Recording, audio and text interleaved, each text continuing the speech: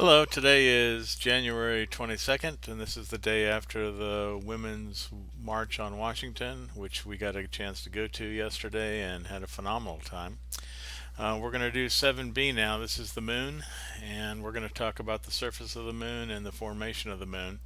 And you can see it's got an average distance, it's got a maximum distance called apogee, it has a minimum distance called perigee. Mass is not anywhere close to the Earth, radius not anywhere size, it's about 1/6 the size.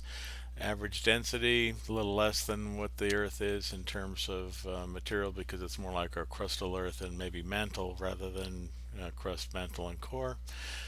27 and a third days to go around the Earth, and then 29 and a half days for actually the lunar cycles.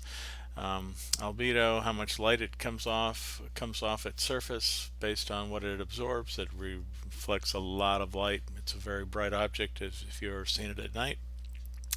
Escape speed 2.4 kilometers per second. That's a lot less than what ours is.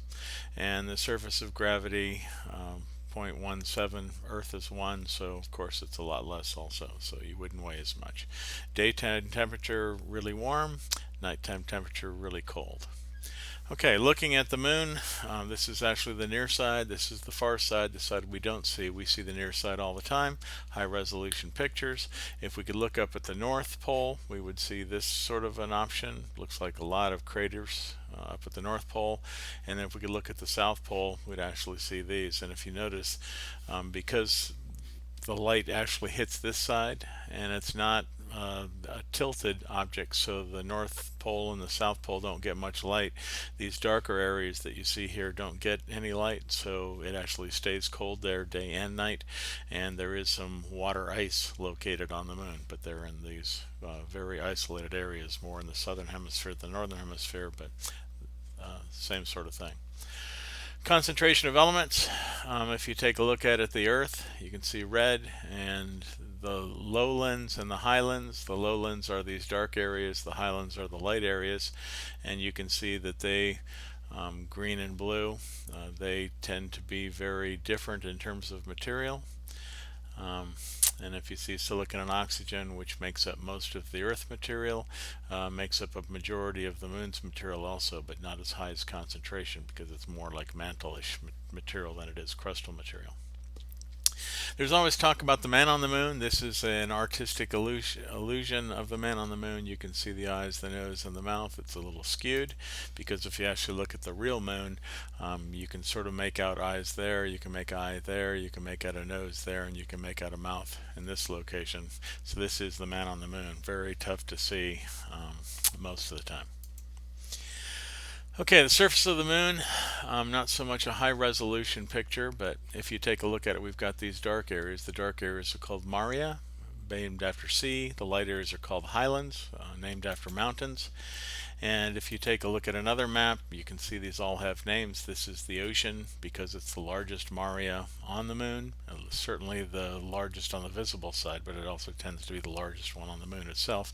This is called the Ocean of Storms. They're all given Greek and Latin names. And then if we go over here, we actually see this is the Sea of Showers. We have the Sea of Serenity, the Sea of Tranquility. That's actually where Apollo 11 landed. You can see the Sea of Nectar, the Sea of Vapors, the Sea of Islands. You can see the Sea of Clouds, Sea of Moisture, sea that has become known, cognizant. And then you also have craters. You've got large craters like Copernicus. You've got smaller craters, darker material like Plato. You have ones that have really nice definition, Kepler, and we're going to actually look at Copernicus and Kepler up close. There's the landing for Apollo 11 in the Sea of Tranquility. So we tried to actually do the first landing in a relatively flat, craterless area. We missed it by a little bit, but we tended to still be on the Maria, the relatively flat area, and a relatively craterless part of any of the Maria that are out there. Okay, here's Copernicus. Copernicus actually shows you a beautiful crater shape. It's got a peaked section in the middle. We'll talk a little bit about how that forms in a little while. It's got lots of other craters, a relatively flat area. except for the craters, and it's got rills, cracks in the ground, has like lines of craters, so it actually looks like the asteroid got broken up and actually just pelted in straight lines that you can see, and then individual craters, probably even have craters inside of craters, although it's tough to see in this picture. This is Kepler, with beautiful rays. You can see some other roundish type shapes. You can see there's a crater in a crater, and what we actually know about the crater inside of a crater is that it's younger. First crater was deposited, second one came in. If you look at two craters close to each other, you can see this crater is actually sort of superimposed on the top of that crater, which makes this one younger. So not all the craters are the same age. Moon has an incredibly cratered surface. It's the most obvious thing on the surface of the moon. Most of the craters were caused by high impact, high speed impact of meteoroids, which actually came in and shocked the rock, pulverized rock, threw rock up as an ejecta, which could actually give you this ejecta blanket and maybe rays. It could actually liquefy a large portion of this section down here. It's also going to break apart and crack a lot of the rock that's down here, this compressed rock, and actually make a crater. Which can actually, because the angle of repose can fall in on itself, it can actually central peak, it can have ejecta, and it can have other craters that are actually put on top of this ejecta blanket, but they actually wipe it out. So you actually know that the secondary craters are secondary and not ones that were before here and got buried by this ejecta blanket. Craters include features like the central peak, collapsed terraces. If the angle of repose actually is too steep, they will collapse in on themselves, as well as ejecta blanket that you can see there. So there's Plato, there's Copernicus, Kepler is right there. You can see beautiful ejecta blanket, so it actually threw it. That was a pretty good size crater. This one actually punctured the surface of the moon and actually filled full of this basaltic darkish lava. And then you can see other craters that are out there. There's Tycho. This is actually Plato. This is a view of this crater up here, and you can see it's got a broken section, sort of like an iceberg that calved, but the section of the outside of this crater actually fell in, and it actually filled full of basaltic lava and actually had secondary craters inside. Crater formation caused by impact speeds of 10 to 70 kilometers per second. That's pretty darn quick. You get shocked material in the meteoroid, you get shocked material in the moon, you get section where the shock wave actually goes into the moon, you get rock vaporizing, going up into the atmosphere, very weak atmosphere in this case for the moon. You've got melting rock, and then you actually got rock that gets pulverized and fractured, becoming brecciated. Breccia is a type of rock on the planet, on this planet, that actually shows you broken pieces, and I'll see if I can get you a piece of breccia so you can see this, but I'll show you a piece of lunar breccia a little later too. You have three stages in meteorite. You have the contact and compression stage, you have the evacuation stage where the material gets thrown out of the crater, and then you get the modification stage where it actually sort of stabilizes, falls in on itself because of the angle of repose. There's actually a website that shows the impact of 200 meter object and a 100 meter object, a conical 100 meter object, and I'm going to click this and show it to you. So what we actually have is we've got a much larger object hitting here. You can see the time is the same. It dug down a lot deeper. It's got steeper sides than on this side. You can see the compressed rock. It used to be like perfect squares. You can see it gets compressed. You can see it starts sliding down because the angle is too short, although it does slide down in this one also. You get the material falling out. You get some material that reaches escape velocity and never comes back down. You get formation of a central peak. If some of that material, and this is just 90, like a minute and a half later, you get a central peak if that thing actually goes and forms.